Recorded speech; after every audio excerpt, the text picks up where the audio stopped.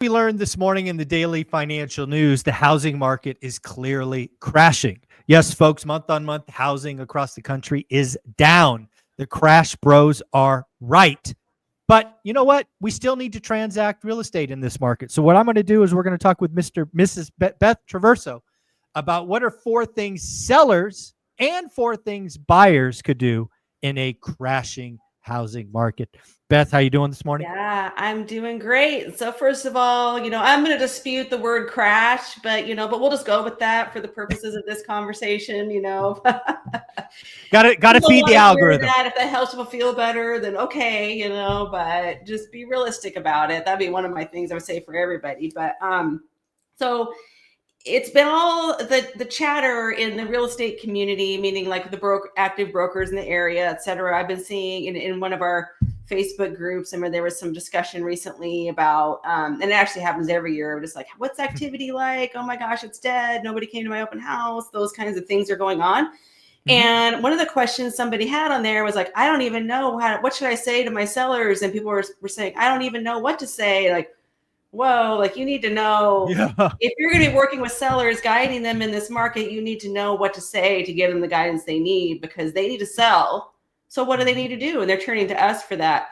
And so I came up with a list, and also thinking, and we can also talk about buyers too, because I know a lot of folks listening here, they want to know, okay, well, what can I do as a buyer to make the most of this situation? So, and you can also look for sometimes where maybe some sellers aren't doing some of the things that I'm going to list out. And then you go, oh, those are the ones that might be the opportunity. So I like it. So all right, first so of all, we're gonna hit sellers first. Is that right? Yeah, What sellers first. do? We'll hit that.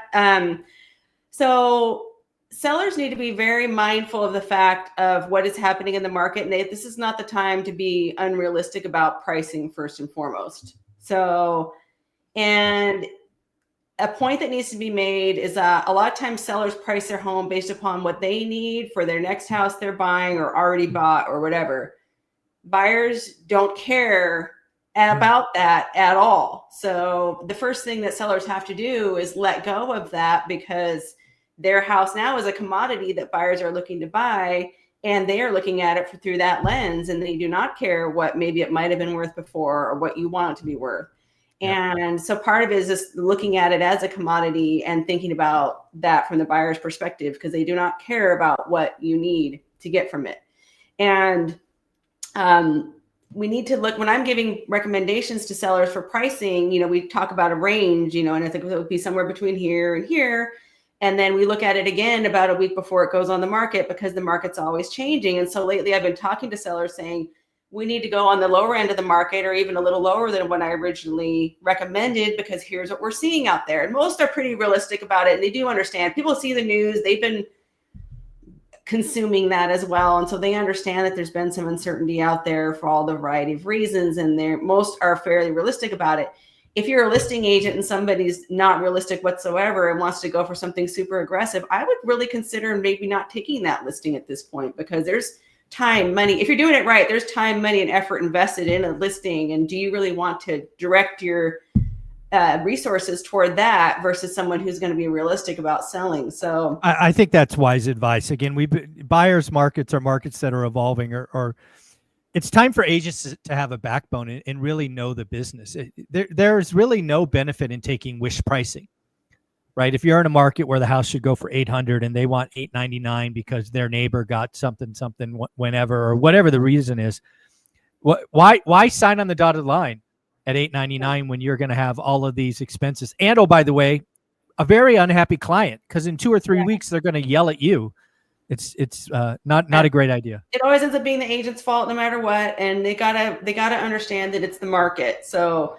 And I like to be that agent that comes in after, because sometimes a second agent is the one that, that's one of my specialties, is somebody didn't sell it and now they want to sell it. And then they need to know, okay, what do we got to do to get it sold when they get more realistic? So don't be that first one, be the second one. Sellers, make sure to prep your home, right? That house needs to be not necessarily remodeled, but 100% refreshed and turnkey. Now, I know this varies from market to market, but I think it's pretty universal that buyers want to move into a move-in ready house. And that's why flippers have a business, right? Because people want to pay more for that. I'm not saying you need to flip a house to sell it, but you do need, nobody wants to move in to your dirty carpet. They want clean, fresh, new carpet. That's an inexpensive, high return item. And we hear a lot of people say like, well, the new owners are going to want to do that anyway, so why put money into that? I can tell you that they don't want to do that. Or especially in this market where prices and interest rates are so high, especially a first-time home buyer, they don't have the extra 3, 4, 5, 10, 12 grand to refresh the carpet, to change out the AC.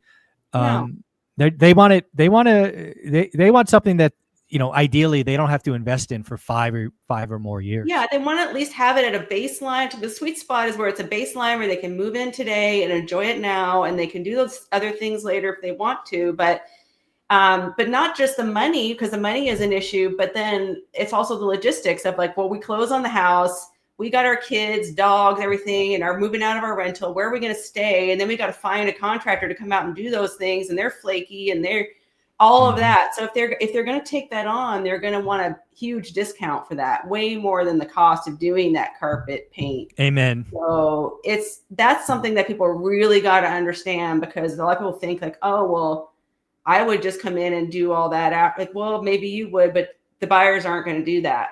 And it's not even just that they won't offer less. They'll offer on another house where somebody already did that. They just won't even offer on your house. They'll all go to the other house. So prep the house properly. And the big three are paint, carpet, and landscaping. Make sure those things are tidied up.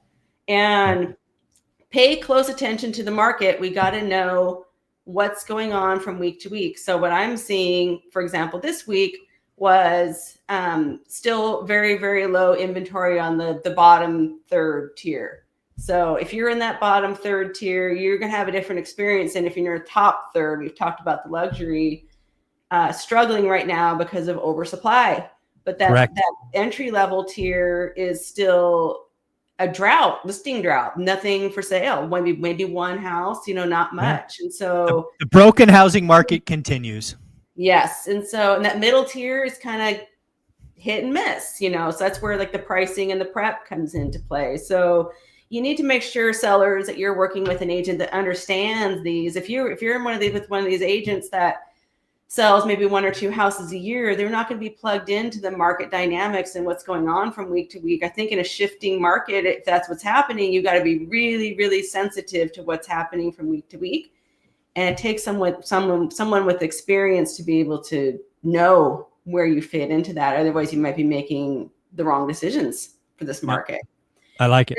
And then the fourth thing is, again, just use. I kind of blended these last two into one, but use the right agent that can decipher the nuances of the market. So like I was just talking to my team member before this call that I saw, granted it was a holiday week, but I saw there was a huge number of listings last week. This week, well, meaning, the last 7 days, a lot fewer, and more houses went pending than came on the market. So I'm like, okay, even though it's very slow out there, houses are selling. And it's an important thing to listing agents. Make sure your sellers know that houses are still selling.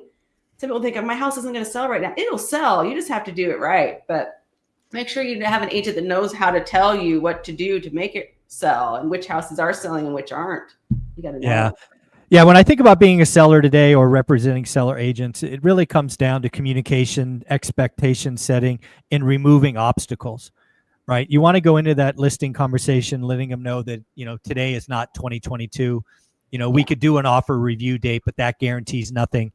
Showings are slower. You just got to tell them where we are. Also, you could tell them, hey, if you can, right, you want to wait till next spring, that's always an option. Yeah. And then again, you're absolutely right about move-in condition, just especially if you're at the low end, you're dealing with first-time home buyers. They don't have the extra scratch or capital. They're saving every penny for the down payment. Yeah. And then, you're absolutely right. You got to pay attention to the market. The market's ever changing, ever evolving. Your market of King County is exiting the spring selling season, and, things change both on listings, both on pendings. I think it's all great advice. So let's flip the script. Let's talk about being a buyer in this market. Yeah. What do you think buyers should do? I'd be curious to know what the buyers are thinking out there on our community, because people wait for the slower market. But then the psychology, you have to get past that psychology of, oh, the market's turning, so therefore I'm going to do what the herd is doing and not buy and not make offers. you have to be able to conquer the psychology of that to look more long term. Yeah, I hope the one rental at a time community really is starting to get that right. We want more inventory. We want less competition. We want more motivated sellers. We want longer days on market. Congratulations, folks. We are 444. Yeah. It is time to get your buy box. It is time for disrespectful offers. The other thing I don't think a lot of people realize, Beth, is the money is made in the deals are made in the follow-up. I've never got an offer accepted the first time, and it usually is 3, 4, 5, 6 follow-ups before we really even have meaningful conversations. Because frankly, no seller wants to look at my offer. It's frankly disrespectful for a reason. But at some point, motivation gets there, and I'm the only game in town. So we start to have we start to have meaningful conversations. A deal doesn't always happen, but it happens sometimes. Sometimes, and that's all you need is sometimes. And exactly. And it is that follow-up and just being methodical about it. And you don't need to do it in a way that people feel is unfriendly, because I think you can be like, hey, is there something you want to, what's important to you? So part of it is making sure that the conversation is with your buyer's agent is having the conversation with the listing agent to ascertain, is this one of these sellers that really needs to sell? Try to find out as much as you can about their situation and what's important to them, because if it's one of these people, it's like, well, they don't really care if they sell or not, and they can just sit on the market forever, then, well, they're probably not going to be the one for you. But if there's somebody where they've already moved, they have their new home, this is a burden to them, or it's a divorce or a death situation or something like that, those they have to sell. So let's also talk about let's talk about being a listing agent, and then myself being an investor, right? So I'm the buyer, you're the listing agent. Right. And you bring a property to market that for whatever reason is in my buy box. I want people to realize that you can go to the listing agent. If you're an investor, you can go to the listing agent, but do it with respect, do it with understanding, right? Let's say, again, Beth brought a property to market at 800. I'm just picking that number at random. I'm not going to go to Beth with a 600K offer the first week. That's ridiculous, right? It's just come out. Let's see what happens. But she probably signed a 90-day or 6-month listing contract. If the days on market average is, call it 48, I might reach out to her on day 60, especially if it hasn't had a price drop yet, and say, hey, Beth, I'm looking at this listing, 123 Main Street. It's in my buy box. I don't know the situation or anything, but when I pencil out for me, I can't pay more than 600.